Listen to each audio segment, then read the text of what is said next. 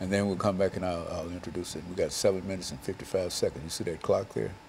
7 minutes. No, I don't see the clock. I mean, you see it. I mean, I see it now, but yeah, that's why I like have really bad time perception. Like either I'll talk over or yeah, I'll well, that's stop. the clock here. You see too. You're right. Oftentimes it's down in 7 minutes and 55 seconds in this segment, and so when we come back, we're gonna have that time.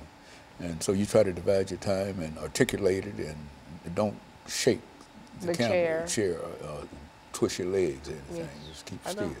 I know. You know how to do it. You've done it enough. You know. But as soon as he gives me the signal, we're going to start back, and I'll welcome them back. And you ready?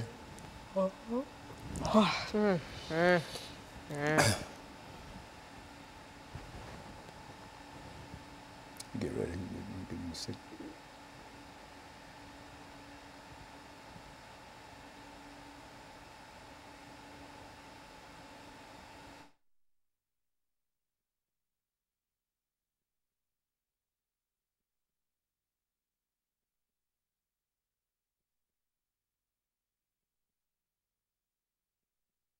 Thank you and welcome back to the second segment of the show for today.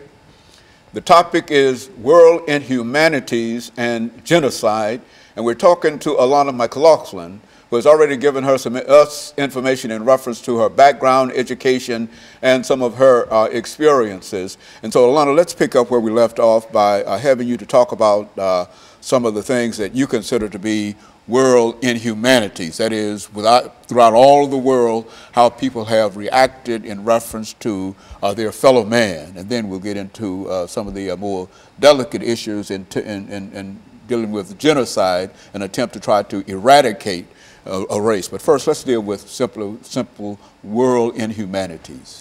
Well, if you're just tuning in the first segment, I mentioned what the difference between a world inhumanity and genocide was. Genocide is killing off a race with the purpose being to eradicate the world of that race. And a world inhumanity is not necessarily to rid the world of that race, but to cause that race pain or suffering. For instance, a world inhumanity would be slavery. They didn't try to kill us all off, but they wanted to work us and punish us and etc. But they weren't just going around killing off African Americans. An example of genocide would be the Rwandan genocide, which I will talk about in the next segment, which was the Tutsis and the Hutus in Rwanda. Another example of a world inhumanity would be the shooting at the gay club in Orlando earlier this week. Now, this might end up being genocide, though, because we don't know necessarily what the shooter's motive was. Like his father was saying that he was trying to get rid of gay people, while U.S. government is saying that it was an attack on the U.S. So no stories are very solid, but I guess since it's a new story and it's still developing, in the coming days we'll probably have an answer as to whether it was world inhumanity or genocide. But for right now, I'm going to count that as world inhumanity. Like a man just wanted to go and kill people and make people suffer. A big world inhumanity that a lot of people in the U.S. are familiar with, and especially Tennesseans, is the Trail of Tears. If you're unfamiliar with the Trail of Tears, it is when Andrew Jackson sent Native Americans west of the Mississippi River to be able to take their land. And he did this during the winter where conditions were harsh and they were on foot. They were not sent off with food and drink and clothing at that. They were just one with nature, and that's not good in the winter, and especially if you're walking. And so they had to walk miles and miles and miles, and this was labeled the Trail of Tears. And I don't think I have to go into explaining why it was called the Trail of Tears, because I think there would be plenty of tears if you had to walk and walk and walk miles with barely anything, no food, watching people all around you die, your family die, if you don't die first, and things like that. So that's a big example of world inhumanity. Now, Andrew Jackson wasn't necessarily trying to kill off the Native Americans. Like I said, he was trying to get their land, but he knew that it would cause them great suffering, but he wasn't just sitting there ordering people to just take out every Native American they saw. That would make this be genocide. But since he did not do that, this is just world inhumanity. Another big example, Columbine was War in Humanities. Say that the two shooters at the school weren't trying to rid the world of their students, of their classmates. They were trying to simply hurt them or kill them. And so that makes that a word in humanity, and it's a word in humanity because it was so widespread and it got so much media coverage. Another one, 9/11. Terrorists weren't trying to rid the world of white people. They were trying to wreak havoc in the U.S., and they unfortunately did.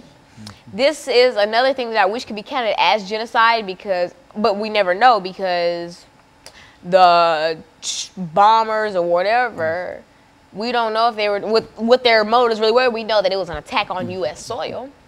And so those are examples of war in humanities, and it's as bad as genocide. It's just that there's a thin line between I want to cause you suffering and I want to get rid of you. Like, I can argue and bicker with you, but I don't want you to leave. Like, you know, Lana, I take in dealing with world inhumanities, I think one of the most important areas here that you mentioned to me earlier has to deal with war. Now, when you consider war in reality is man's inhumanity to man. Would you concede that?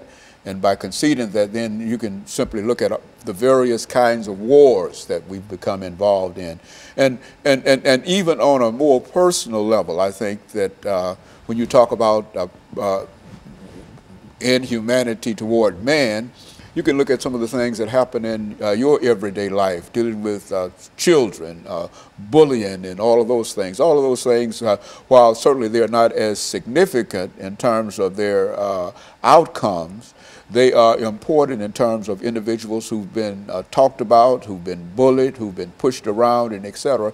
And so I would imagine that you would include such activities as man's inhumanity to man, or people's unloving attitude toward people. Would that make sense in terms of what you're trying to deal with here?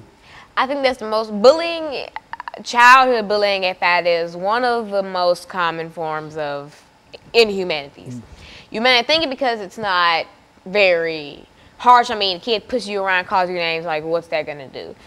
That has long-term effects. Like, that kid that you pushed off of a slide could grow up to want to be a mass murderer. Why? Because he has so much hatred in his heart, etc. Things that just build up over time from people like you who picked at him.